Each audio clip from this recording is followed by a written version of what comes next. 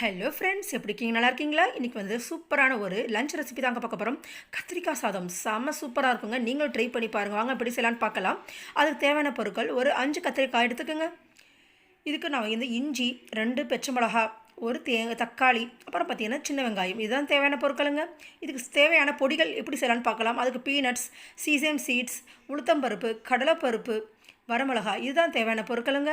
இப்போ வந்து நம்ம கத்திரிக்காய் இது மாதிரி வந்து நீள நீளமாக நறுக்கிக்கோங்க. தக்காளி, பச்சை வெங்காயம், அப்புறம் பார்த்திங்கன்னா இஞ்சி, பச்சை மிளகா எல்லாத்தையும் நறுக்கிட்டு வந்தாச்சுங்க. இப்போ வாங்க குழம்பு செய்ய ரெடி பண்ணிடலாம். அதுக்கு முன்னாடி வந்து நம்ம அதுக்கு தேவையான ஸ்பைசஸை வந்து நம்ம பொடி பண்ணிக்கலாம். இப்போ ஒரு மண் சட்டி எடுத்துக்கோங்க. மண் சட்டி நல்லா காஞ்சிடுச்சு. இப்போ வந்து தேவையான அளவு நான் வந்து வேர்க்கடலை வந்து எடுத்துக்கிறேங்க. இதை வந்து ஃபைனாக வந்து இது மாதிரி வந்து வறுத்து எடுத்துக்கோங்க. இப்போ வந்து நம்ம உளுத்தம் பருப்பை வந்து சேர்த்துக்கலாங்க. கடலைப்பருப்பை சேர்த்துக்கோங்க. எள்ளு, நான் கருப்பு எள்ளு எடுத்துக்கிறேன். வெள்ளை எள்ளு கூட எடுத்துக்கலாங்க. ஒரு 4 வரமிளகா காம்பு கிள்ளி எடுத்துக்கோங்க. இப்போ வந்து நல்லா வந்து கருக விடாமல் வந்து நல்லா வந்து வறுத்து எடுத்துக்கோங்க. பாருங்கள், இந்த அளவுக்கு வறுத்து எடுத்துக்கோங்க. நம்ம மண் சட்டியில் வச்சுருக்கிறதுனால சீக்கிரம் நம்ம ஆஃப் பண்ணிடணுங்க, இல்லைன்னா கருகிரும். இப்போ வந்து நம்ம தேவையான அளவு உப்பு சேர்த்துக்கோங்க. 1 ஸ்பூன் வந்து மஞ்சள்தூள் சேர்த்துக்கோங்க.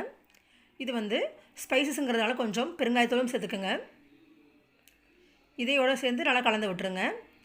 இது நல்லா ஆறட்டும். ஆறுனதுக்கப்புறம் நம்ம வந்து மிக்சியில் பொடி பண்ணி எடுத்துக்கலாம். அதுக்கு முன்னாடி நம்ம கத்திரிக்காய் சாதத்துக்கு ரெடி பண்ணிடலாம். இப்போ நான் இரும்பு சட்டி எடுத்துக்கிறேன். நான் தேங்காய் எண்ணெய் வந்து சேர்த்துக்கிறேங்க. இப்போ எண்ணெய் நல்லா காஞ்சிருச்சு. இப்போ வந்து நம்ம வந்து தேவையான அளவு சீரகத்தை சேர்த்துக்கோங்க. சீரகம் நல்லா பொரிஞ்சு வரட்டும்.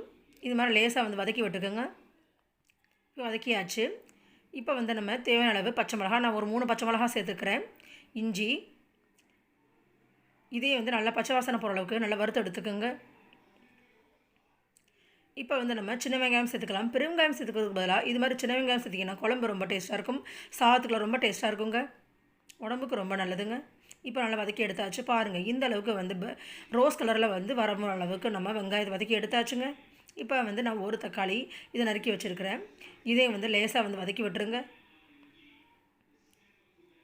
இந்த சமயத்தில் நம்ம நறுக்கி வைத்த கத்திரிக்காய் இதை நீள நீளமாக நறுக்கிக்கோங்க. இதே நம்ம சேர்த்துக்குங்க. இதுக்கு தேவையான அளவு உப்பு சேர்த்துக்குங்க. லேசாக வந்து வதக்கி விட்டுருங்க. கொஞ்சம் வேகிறதுக்காக வந்து ஒரு மூடி போட்டு நம்ம மூடி வச்சுக்கலாங்க. அதுக்கு முன்னாடியே நம்ம வந்து வறுத்து வைத்த பொடிகளை வந்து நம்ம மிக்சியில் வந்து பொடிச்சு எடுத்துக்கலாங்க. இதை வந்து நம்ம கத்திரிக்காய் சாதத்துக்கும் யூஸ் பண்ணிக்கலாம். வேறு சாதத்துக்கும் யூஸ் பண்ணுறதுக்காக கொஞ்சம் நிறையாவே சேர்த்துக்கோங்க. இது மாதிரி இப்போ வந்து அரைச்சி எடுத்துகிட்டு வந்துடலாம். பாருங்கள், இந்த அளவுக்கு வந்து பொடியை வந்து நறுக்கி நம்ம அரைச்சிட்டு வந்தாச்சு. இப்போ வந்து பாருங்கள், கத்திரிக்காய் தக்காளி ஓரளவு நல்லா வந்து வெந்து வந்து வரும்போது இது மாதிரி வந்து கரண்டியை வச்சு நல்லா மத்து மாதிரி வந்து கடைஞ்சி விட்டுருங்க. பாருங்கள், இந்த மாதிரி கடைஞ்சி விட்டுருக்குங்க. இப்போ வந்து நம்ம ஒரு 1/2 டம்ளர் அளவுக்கு தண்ணி ஊற்றினாவே போதும். ஏன்னா கத்திரிக்காயும் தக்காளியும் நமக்கு தேவையான அளவுக்கு தண்ணி இருக்கிறதுனால 1/2 டம்ளர் அளவுக்கு தண்ணி ஊற்றினாவே போதுங்க. இப்போ வந்து நம்ம அரைத்து வைத்த மசாலா பொடியை வந்து ஒரு 4 டேபிள் ஸ்பூன் அளவுக்கு நான் சேர்த்துக்கிறேன். இதையும் வந்து இதோடு சேர்ந்து நல்லா வதக்கி விட்டுருங்க. அவ்வளோதான், வதக்கி எடுத்தாச்சு. இந்த டைமில் கொஞ்சம் ஒரு மூடி போட்டு மூடி வச்சுட்டோம். அவ்வளோதான். இப்போ வந்து மீதி பொடிகளை வந்து இது மாதிரி பாட்டிலில் வந்து ஸ்டோர் பண்ணி வச்சுட்டிங்கன்னா நம்ம சாதத்துக்கு, இட்லி, தோசைக்கெல்லாம் யூஸ் பண்ணிக்கலாம். பாருங்கள், நல்லா வெந்துருச்சு. அவ்வளோதான். இப்போ வந்து நான் ஒரு 1/2 டம்ளர் அளவுக்கு நான் சாதத்தை வந்து வேக வச்சு இப்போ வந்து இதோட சேர்த்துக்கிறேங்க. அவ்வளோதான், சூப்பரான கத்திரிக்காய் சாதம் ரெடி ஆயிடுச்சு. உங்கள் ஹஸ்பண்டுக்கு சீக்கிரம் லஞ்ச் கட்டி கொடுக்கணுமா, ஸ்கூலுக்கு வந்து லேட் ஆயிடுச்சுங்கன்னா அப்போ வந்து இது மாதிரி ஈஸியான முறையில் வந்து கத்திரிக்காய் சாதத்தை செஞ்சு கொடுங்க. கத்திரிக்காயில் அதிகப்படியான ஃபைபர்ஸ் இருக்குது. ஹார்ட்ஸ்க்கு ரொம்ப நல்லது. இதுக்கு தொட்டுக்காக வந்து ஊறுகாய் வச்சிங்கன்னா ரொம்ப சூப்பராக இருக்கும். வடகம், அப்பளம் எது வேணால் தொட்டுக்கலாங்க.